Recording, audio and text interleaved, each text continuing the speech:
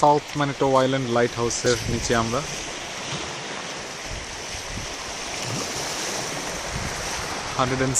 Steps লাগে এটার উপরে যেতে। আলোটা অটোমেটিক নিজে থেকে জলে বন্ধ হয়, এখন অপারেট করে। একটু মেঘলা দিন আজকে এবং হাওয়াও আছে।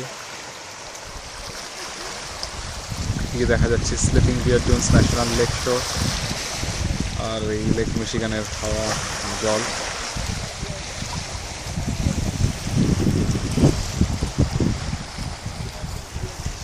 শৌচালয়ের একটু ঠান্ডার চড়ে অবস্থা খারাপের দিকে, পুরো খারাপ নয়, বৃষ্টির ফোঁটাও শুরু হয়ে গেছে।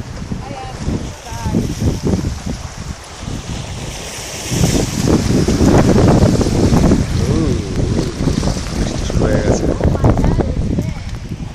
Let's go.